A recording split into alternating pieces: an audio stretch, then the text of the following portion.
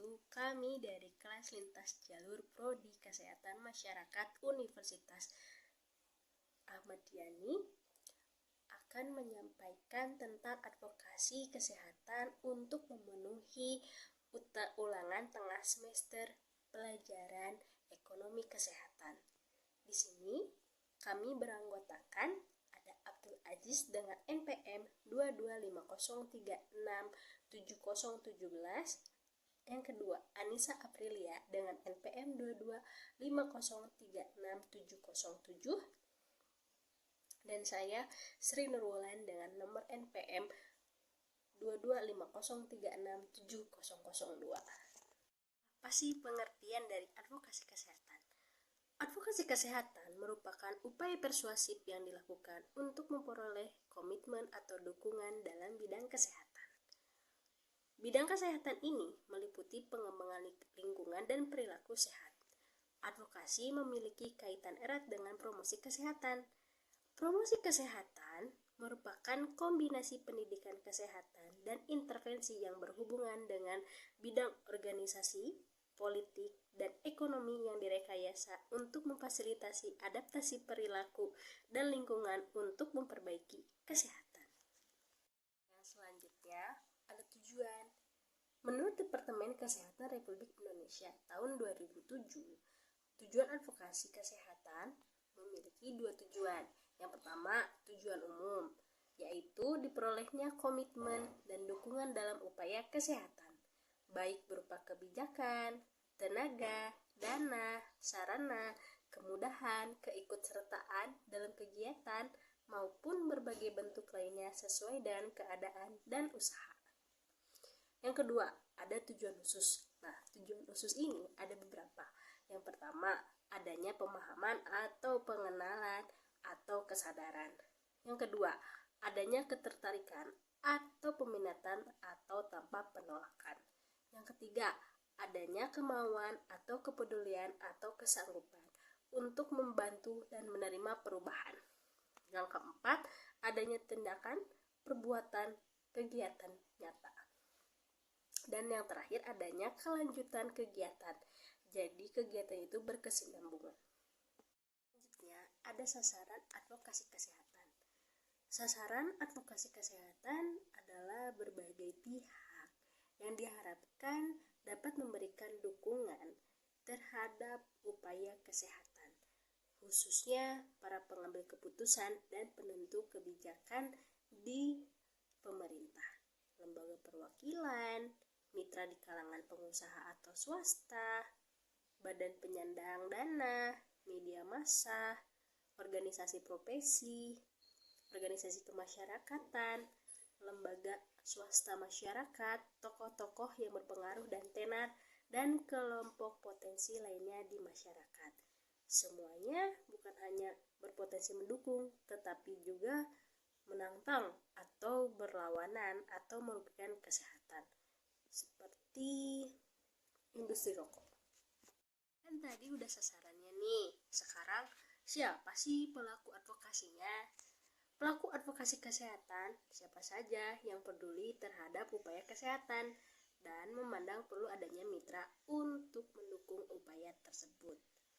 Pelaku advokasi dapat berasal dari kalangan pemerintah, swasta, perguruan tinggi, organisasi profesi, organisasi masyarakat atau agama, LSM, dan tokoh berpengaruh.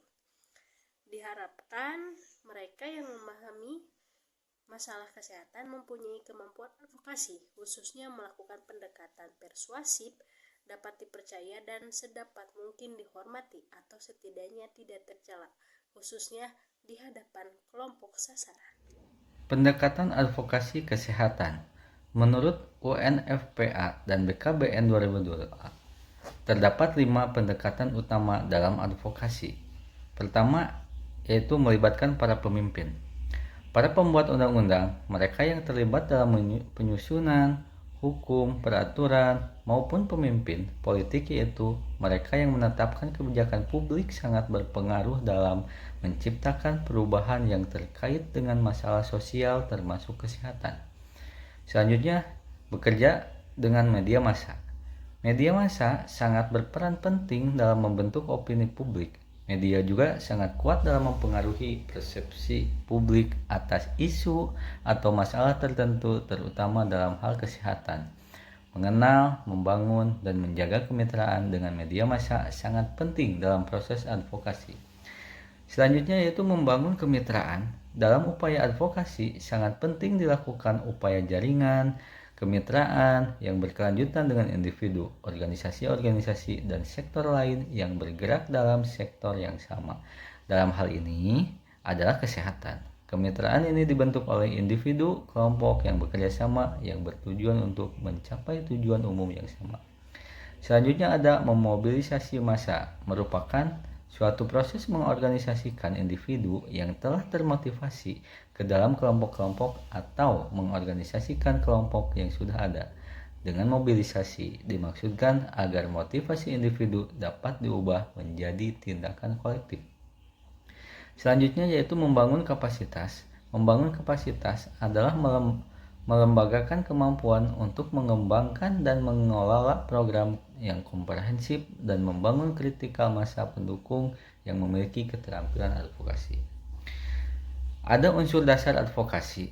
Sharma dalam Noto Atmojo 2005, ada 8 unsur yang jadi dasar advokasi, yaitu antara lain: pertama, menetapkan tujuan advokasi; kedua, pemanfaatan data dan riset untuk advokasi; yang ketiga, identifikasi khalayak sasaran advokasi; keempat, pengembangan dan penyampaian pesan advokasi; kelima, membangun koalisi; keenam, membuat presentasi yang persuasif; penggalangan dana untuk advokasi; dan yang terakhir adalah evaluasi upaya advokasi. Yang keenam, ada langkah-langkah pokok dalam advokasi kesehatan.